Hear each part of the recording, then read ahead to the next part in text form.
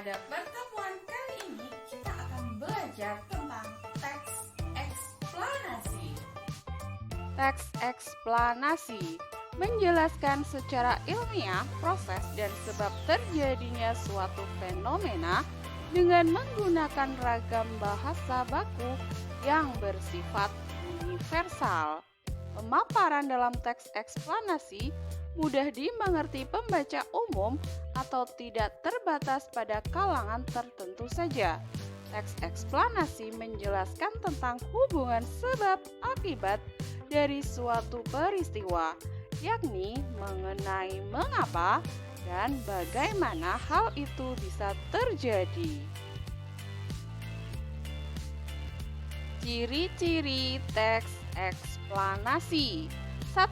Terdiri dari 3 unsur yang meliputi sebuah pernyataan umum, sebab, akibat, dan interpretasi. 2. Informasi yang ada di dalam teks eksplanasi berisi berdasarkan fakta. 3. Informasi yang ada di dalam teks eksplanasi memiliki sifat objektif. 4.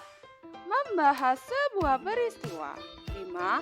Merupakan jenis teks yang bersifat informatif. Struktur teks eksplanasi.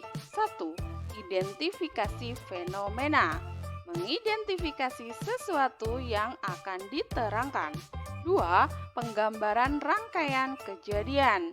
Memerinci proses kejadian yang relevan dengan fenomena yang diterangkan sebagai pertanyaan atas bagaimana atau mengapa peristiwa itu bisa terjadi. 3. Ulasan berupa komentar atau pandangan tentang dampak serta konsekuensi atas kejadian yang dipaparkan dalam teks.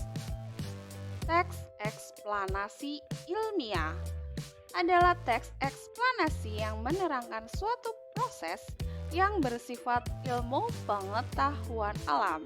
Contohnya gejala alam, terjadinya pelangi, proses arus listrik, dan sebagainya. Teks eksplanasi berfungsi untuk memberikan penjelasan kepada pembaca tentang proses terjadinya sesuatu yang disusun menurut prinsip sebab akibat. Untuk meningkatkan pemahaman kalian tentang teks eksplanasi ilmiah, bacalah teks berikut. Oke, itulah tadi penjelasan tentang teks eksplanasi. Terima kasih sudah menonton. Sampai jumpa.